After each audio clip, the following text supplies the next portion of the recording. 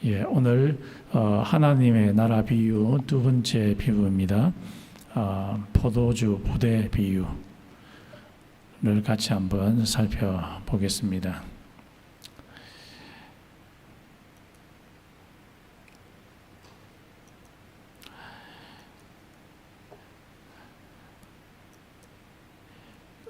뉴욕에 짐 신발락 하는 그런 목사님이 있습니다.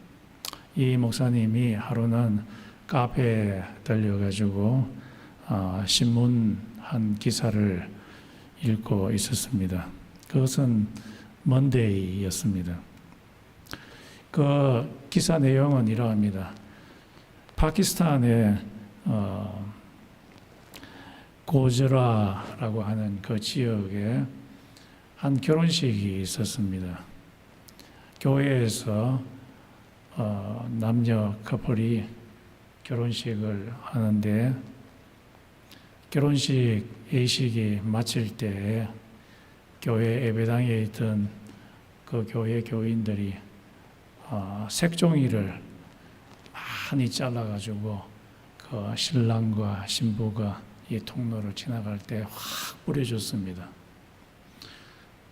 그리고 나서 얼마 후에 아주 잘못된 거짓 소문이 돌기 시작했습니다. 그것이 뭐냐 하니까 그 교회에 있는 교인들이 코란경, 여러분 코란경이 뭔지 알죠? 이슬람 교회의 경전, 그것을 가위로 다 잘라가지고 색종이를 만들어서 교인 결혼식 하는 남녀 커플을 위해 뿌렸다라는 소문이 쫙 퍼지게 되었습니다. 그러자 그 고즈라 지역에 있던 한 2만 명 이상의 무슬림들이 막 화가 나가지고 그 지역에 있던 크리스찬 8명을 집에 그대로 감금시키고 불을 질러가지고 8명을 산채로 다 태워버리는 일이 발생했다고 그 신문 기사에 적어 나왔습니다. 그리고 나서 그 다음 날 튜스데이죠. 짐 신발라 목사님께서 교회에 기도회가 있었는데 그 교회 기도회 때 한 1,000명 정도 모이는 그런 기도회를 이제 인도를 하면서 고즈라 지역에 있었던 그 비참한 상황이 있었다고 이야기하면서 사람들에게 그들을 위해서 기도하자고 그렇게 제안을 했습니다. 그러고 나서 얼마 지나지 않아서 그 기도회 가운데 어떤 한 여자분을 만나게 되었는데 그 여자분은 파키스탄 고즈라 지역에서 온 여자분이었습니다. 그리고 그 여자분의 남편은 고즈라 지역에 있는 교회의 목사님의 사모님이었습니다. 그러면서 말하기를 자기 남편 목사하고 자기 아버지하고 그쪽에 있는 크리스찬들, 핍박받고 있는 크리스찬들을 돕기 위해서 그 교회로 갔다는 것이었습니다. 그리고 나서 선데이가 되어서 이 목사님이 저처럼 예배를 인도하기 위해서 예배당 이 단상으로 오기 직전에 그 파키스탄에 있는 목사님으로부터 바로 전화가 왔습니다. 지금 예배 드려야 하기 때문에 전화를 못 받을 것 같았는데 그 전화가 파키스탄에서 온 전화라는 소식을 듣고 전화를 받았습니다. 그분이 이 짐 신발람 목사님한테 이야기하기를 지금 폭도들이 교회를 둘러싸가지고 이 크리스찬들을 다 죽여버려야 된다고 막 소리치면서 교회를 완전히 둘러쌌다는 거예요. 그래서 이 교회 교인들이 교회 예배당에 있을 수가 없어가지고 막 몰려가지고 교회 예배당 꼭대기에 있는 루프 쪽으로 다 몰리게 되었다고 이야기를 합니다. 그러면서 지금 우리가 지금 죽을 지경에 되었다고, 이 폭도들이 우리를 죽이려고 하고 있다고. 그래서 신발라 목사님께서 알았다고. 그리고 이 예배당에 들어와서 앉아있는 이 교인들한테 여러분 지금 right now 지금 이들을 위해서 우리는 기도해야 됩니다. 라고 그렇게 이야기를 했어요. 그랬더니만 이 수많은 막 청중들이 이 파키스탄에 있는 곧 죽어야 될지 모르는 이 사람들을 위해서 열렬히 기도하기 시작했습니다. 그리고 나서 그 다음 날 월요일 날 그쪽에서 목사님으로부터 연락이 왔습니다. 연락이 오기를 이 뉴욕에 있는 그 교회에서 미국 교인들이 아주 열렬히 기도할 동안 갑자기 그쪽에서 아주 시커먼 구름이 그 폭도들 위에 임하게 되고, 그리고 날이 깜깜해져서 마치 선셋 후에 다크네스처럼 그 폭도들을 어둠이 그들을 덮었다고 이야기합니다. 그래서 아주 컴컴하게 돼서 서로 분간을 서로 할 수 없을 정도까지 되었고, 거기에다가 그 먹구름에서 억수 같은 비가 막 이 익스트리미스트들에게 쏟아져서 그 사람들이 더 이상 그곳에 있을 수 없어서 자기 집으로 다 가버렸다는 이야기였습니다. 그리고 이 지붕에 있던 들들 떨고 있던 그 교인들은 텐션이 없어지고 막 너무너무 막 기쁨이 그들의 마음 가운데 솟아올랐다는 거예요. 그리고 그들도 아주 안전하게 자기들 집으로 돌아갔다는 것이었습니다.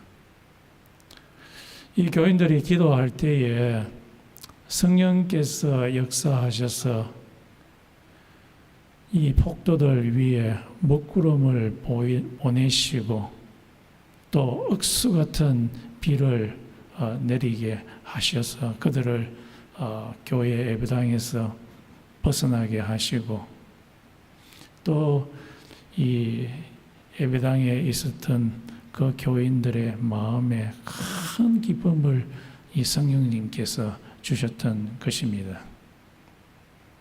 이런 성령님이 주시는 기쁨은 오로지 예수님을 통해서만 우리에게 올 수가 있습니다.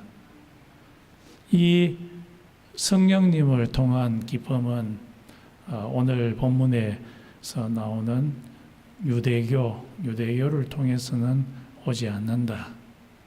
이 유대교는 다른 말로 말해서 오늘날 이 세상에 있는 여러 가지 시스템들을 의미하기도 합니다. 그래서 경제 시스템이나 또는 정치 시스템이나 이데올로기 시스템이나 또 학교 교육에 대한 시스템이나 이런 시스템을 통해서 성령님의 조의가 오는 것이 아니라 성령님의 조의는 오로지 예수님을 통해서 온다라고 하는 것이 오늘 비유의 핵심이라고 할 수 있겠습니다. 이 하나님의 나라, 성령님의 오심, 성령님의 기쁨, 이것은 이 세상에 있는 시스템이나 유대교를 통해서 오는 것이 아니라 예수님으로부터 온다라는 것을 나타내기 위해서 예수님께서 비유를 사용하셨는데, 첫 번째 비유가 낡아 빠진 옷과 그리고 한 번도 사용하지 않는 천 이야기입니다. 아주 낡은 옷 같은 경우에는 그 옷 속에 있는 조직, 패브릭이 늘어날 대로 다 늘어나 있습니다. 그런데 생배조각은 그 말 자체대로 조금도 확장되지 않는 그런 조각이죠. 그런데 이 생배조각을 낡은 옷에 붙이면은 어떻게 된다고 예수님께서 말씀하셨습니까? 이거는 생배조각을 막 끌어당기려고 하는 힘이 강하고, 그리고 낡은 옷은 아무런 힘이 전혀 없는 그런 것이기 때문에, 만약에 이것을 두 개를 어떤 여인이 꾸몄다 하면은 이 생배조각이 낡은 옷을 잡아당겨서 그 옷을 못 쓰게 된다라고 예수님께서 말씀하셨습니다. 여기서 생배조각은 예수님이 가지고 오시는 하나님의 나라, 또는 성령님이 가지고 오시는 기쁨, 성령님 그 자체라고 할 수 있겠습니다. 그런데 이 유대교에서는 전혀 이런 성령님이 주시는 기쁨도 줄 수 없기 때문에 이 하나님의 나라하고 그리고 유대교하고는 병립할 수 없다, 컴패러블 할 수 없다는 것을 예수님께서 말씀하고 계십니다. 아주 비슷한 비유로 2장 22절에 보면 old wineskin과 new wine 이야기가 나옵니다. 포도주 부대, 이스라엘에는 포도주 부대가 있습니다. 포도주를 넣는 부대가 있는데 이 부대도 아주 오래되면은 이 조직이 늘어날 대로 다 늘어납니다. 그런데 새 포도주를 그 부대 안에 집어넣게 되면 이 새 포도주는 아주 팽창하는 힘이 굉장히 큽니다. 그래서 이 새 포도주를 낡은 부대에 집어넣게 되면은 이 낡은 부대가 터져버리고, 그리고 그 안에 있던 새 포도주가 땅에 다 쏟게 되어서 새 포도주도 못 쓰게 됩니다. 여기서 낡은 부대는 유대교를 의미합니다. 본문 내에서. 그리고 새 포도주는 예수님이 가지고 오시는 하나님의 나라, 성령님의 기쁨을 의미합니다. 이 둘은 서로 병립할 수 없음을 이야기하고 있습니다. 또 예수님께서 마지막으로 드신 그 비유가 18절에서 20절에 있는 잔치와 그리고 금식 이야기입니다. 그 당시 이스라엘 사람들이 예수님에게 와서 이야기했어요. 요한의 제자들도 금식하고 또 바리새인의 제자들도 금식하는데 왜 당신의 제자들은 금식하지 않습니까? 하고 따졌습니다. 그때 예수님께서 말씀하시기를, 신랑이 결혼 잔치에 함께 있을 때 그 손님들이 금식할 수 있겠느냐? 그 신랑이 빼앗기는 날에는 금식하리라 라고 그렇게 말씀을 하셨어요.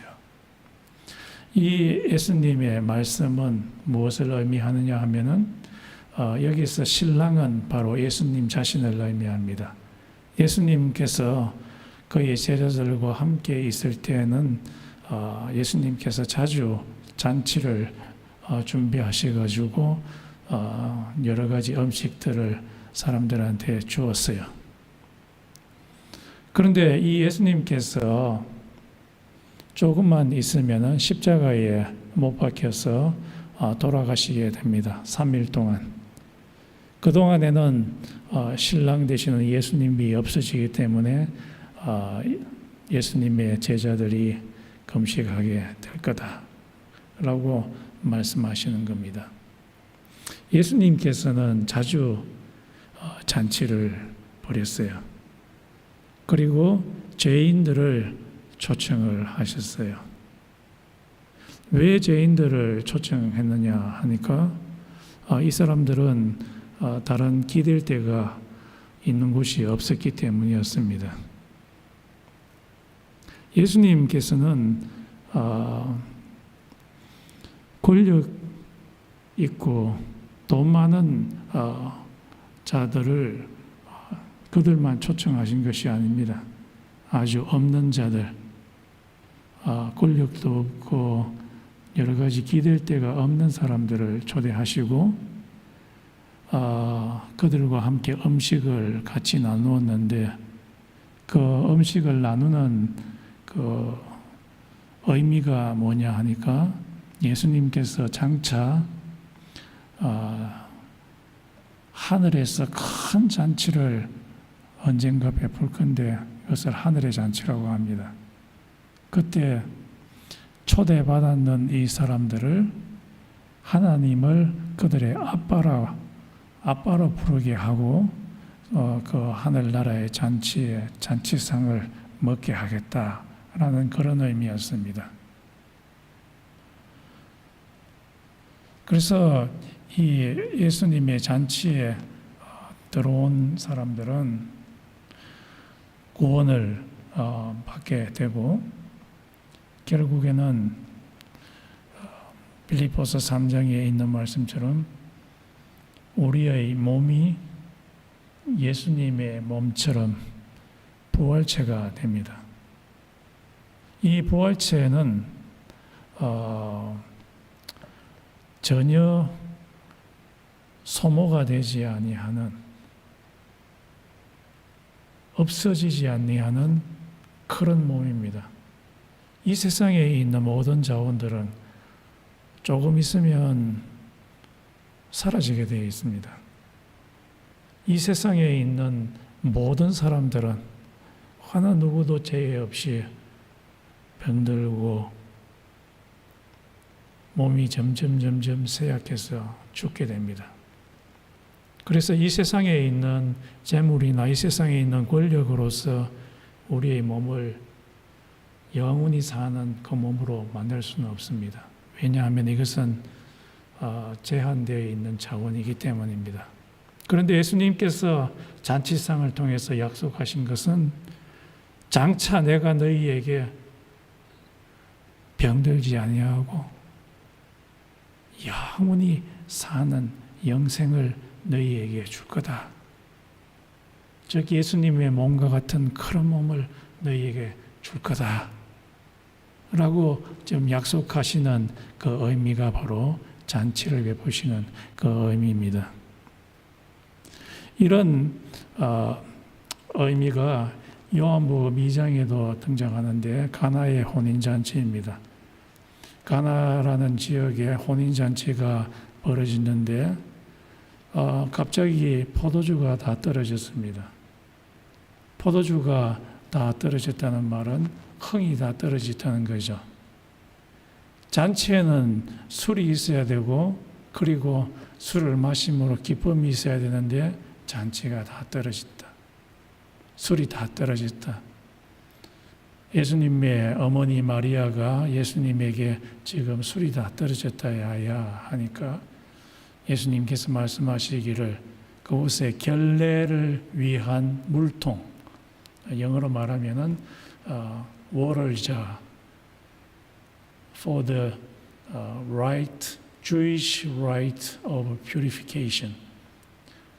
성전에 들어가기 전에 몸을 씻고서 들어가야 되는데 그때를 위해서 놔뒀던 이 water jar, 스톤으로 만든 water jar, 한 20갤론에서 30갤론 더 가는 그 자에다가 예수님께서 물로 가득 채우고 그 웨딩 피스트에 있는 종들에게 그에 있는 물을 떠가지고 손님들에게 갖다 주라고 그렇게 이야기했습니다.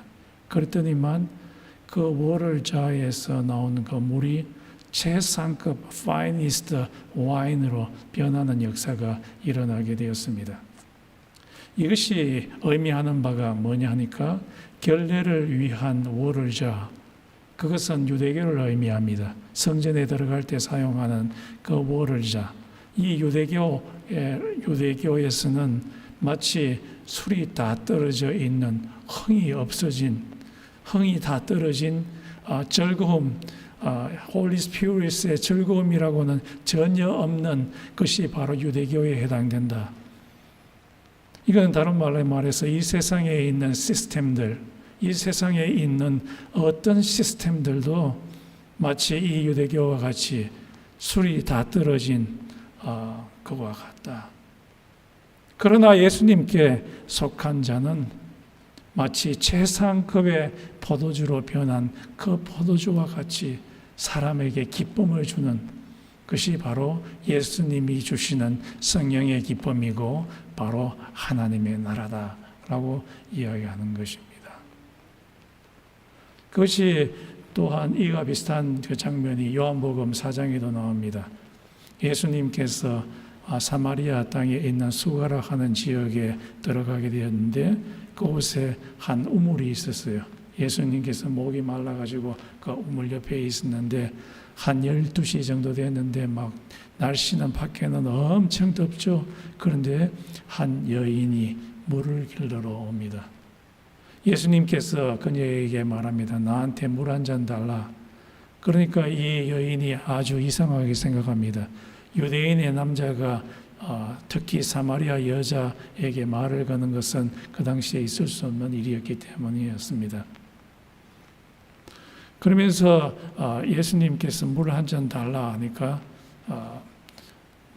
그녀가 아주 이상하게 생각했습니다. 그때 예수님께서 말씀하시기를 내가 누군 줄 알았더라면 네가 내한테 물을 달라고 요구했을 거다. 그 말은 예수님이 바로 메시아이시다. 내가 메시아라는 것을 네가 알았더라면 네가 내한테 물 한 잔 달라고 이야기했을 거다라고 예수님께서 그녀에게 말했습니다.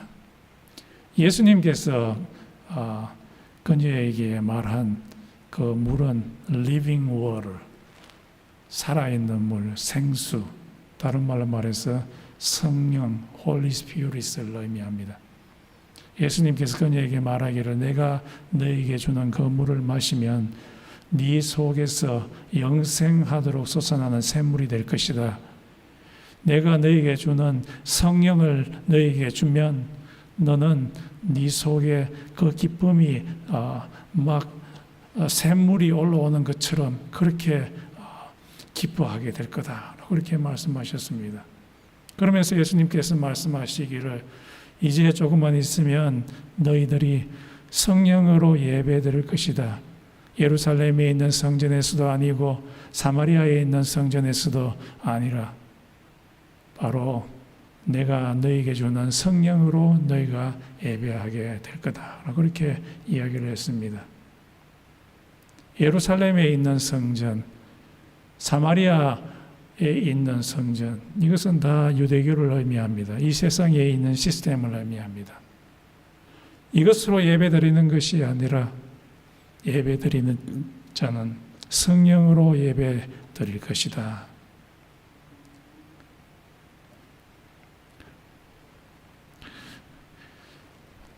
제가 20대 초반 때는 아주 우울한 그런 세월을 보냈습니다. 뭐를 봐도 우울해요. 이 우울한 이유는 내 마음의 중심이 우울하기 때문에 그렇습니다. 바깥에 있는 건물을 봐도 우울하고 건물이 우울한 게 아니라 내 마음이 우울하기 때문에 우울했습니다. 그리고 제가 군대에 갔을 때에 이 군대는 막 얼마나 빡신지 신병을 구타를 하는데 얼마나 구타를 심하게 하는지 막 저 가슴을 한 소대에 한 12명, 20명 정도 와가지고 한 8시부터 한 2시까지 계속 돌아가면서 두들겨 패는데 막 거의 죽을 지경이 됐어요. 한 2주 동안 두들겨 맞았는데 내 가슴에 멍이 들고 뼈가 막 튀어나오고 시퍼렇게 멍들었다가 나중에 누렇게 뜨고 그래서 이 상사들을 볼 때마다 막 겁에 질려가지고 거의 죽을 지경이 되었습니다.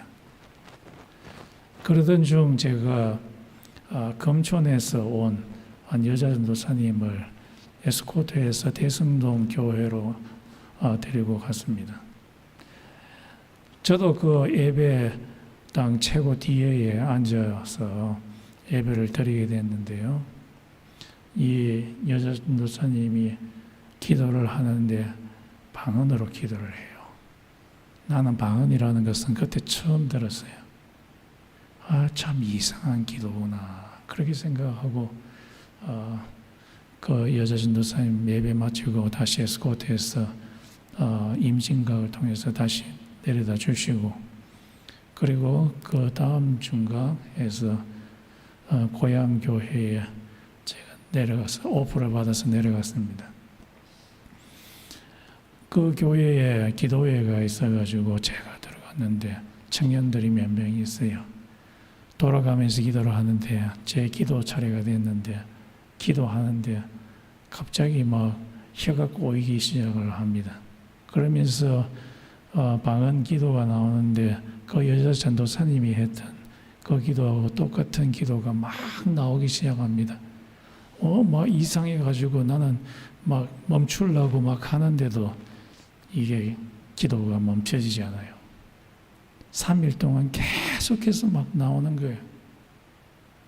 그리고 나서 내 마음의 기쁨이 얼마나 크게 솟아오르든지 막 여기 얼굴에서 기쁨이 샘물처럼 막 솟아오르는 것 같아요. 뾰롱뾰롱 올라오고 가슴도 막 기쁨으로 벅차고, 그 전까지만 해도 겁에 질려 있고 우울한 내였는데 완전히 막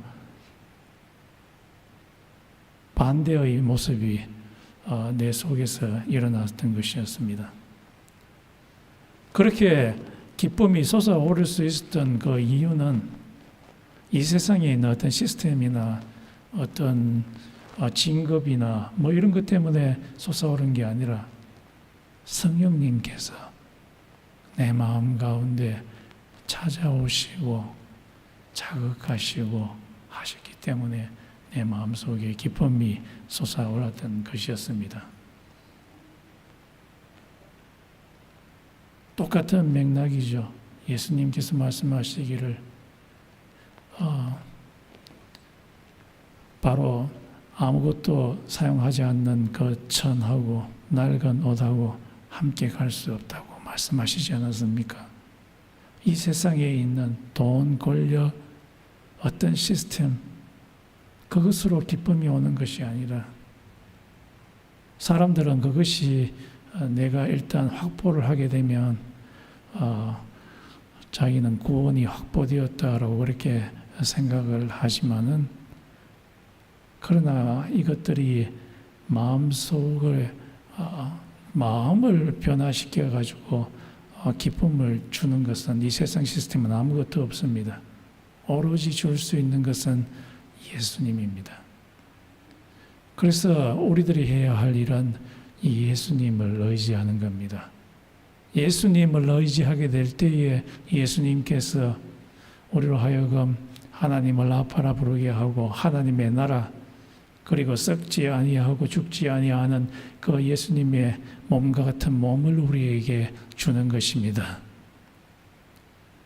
우리의 마음이 변화를 받아야 됩니다.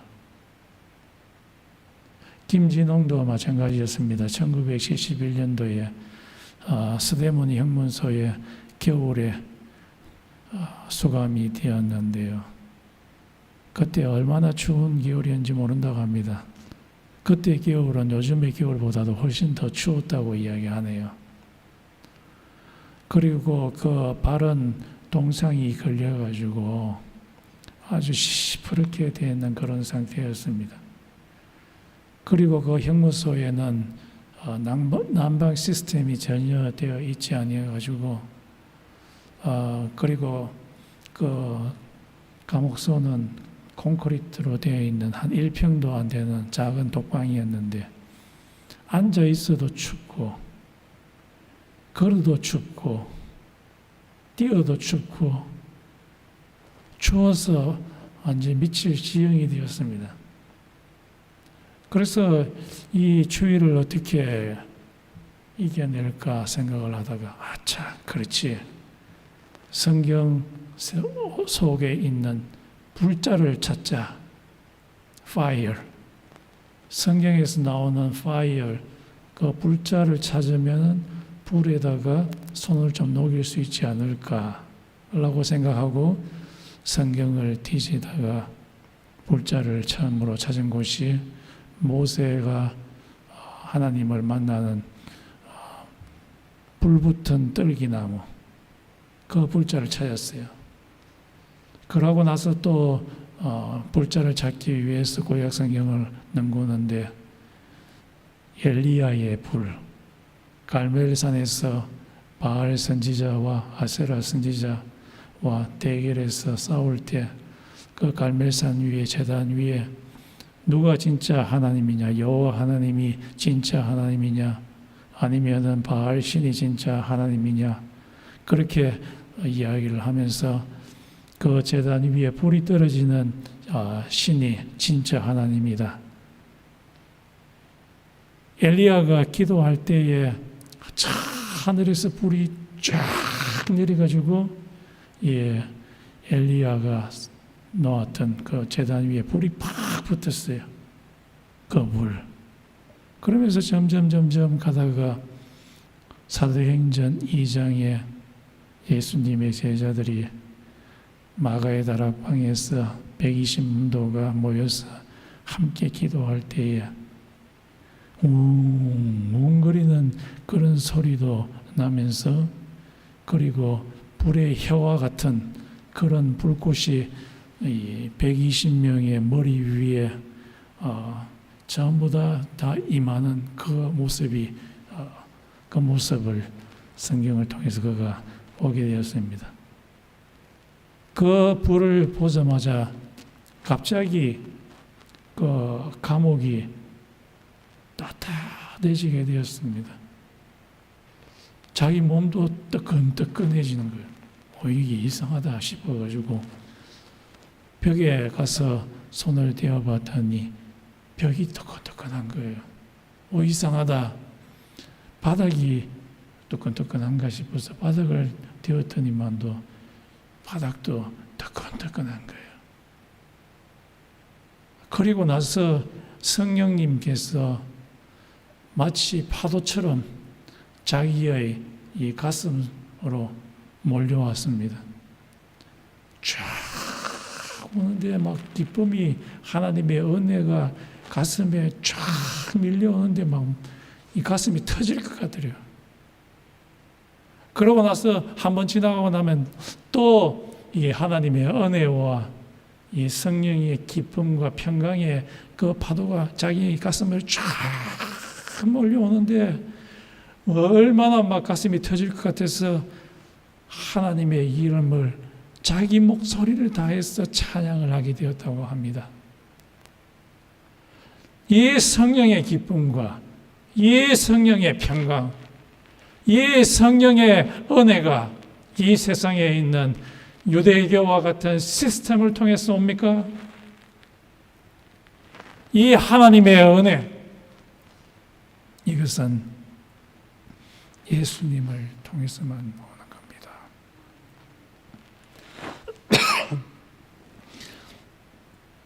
이 성경을 하나님께서 여러분도 즐기시기를 원하십니다. 다 같이 기도하겠습니다.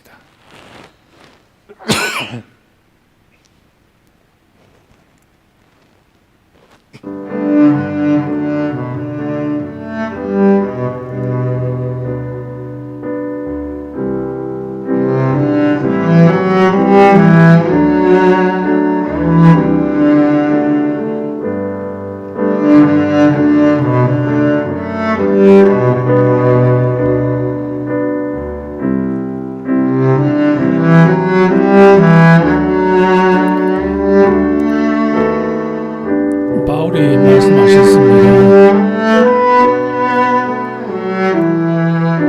기뻐하라. 내가 다시 말하노니 기뻐하라.